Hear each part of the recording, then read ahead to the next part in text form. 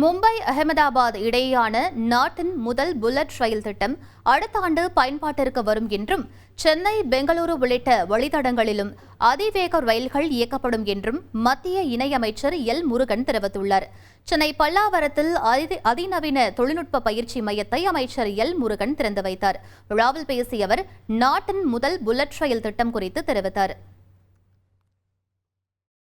அதிகமான வேலை வாய்ப்பு இன்னைக்கு உலக அளவில் தேவைகள் இருக்கிறது. அந்த தேவைக்கேற்ப நம்மளுடைய மாணவர்களை, நம்மளுடைய இளைய சமுதாயத்தை அவருடைய ஸ்கில்டு மேன் பவர்களாக ஆக்க வேண்டும் என்பதற்காக தான் Indian Institute of Creative Technology கிட்டத்தட்ட 400 கோடி ரூபாய் செலவில் முதல் முறையாக எப்படி சென்னை ஐஐடி இருக்கிறது, ஐஐஎம் இருக்கிறது, ஐஐஎம்க்கு இணையாக இந்த கிரியேட்டிவ் டெக்னாலஜியில் ஒரு காலேஜ் வேணுன்றதுக்காக நம்ம 400 கோடி ரூபாய் செலவில் மும்பையில் IICT Indian Institute of Creative Technology பிரதமர் அவர்கள் கொண்டு வந்திருக்காங்க.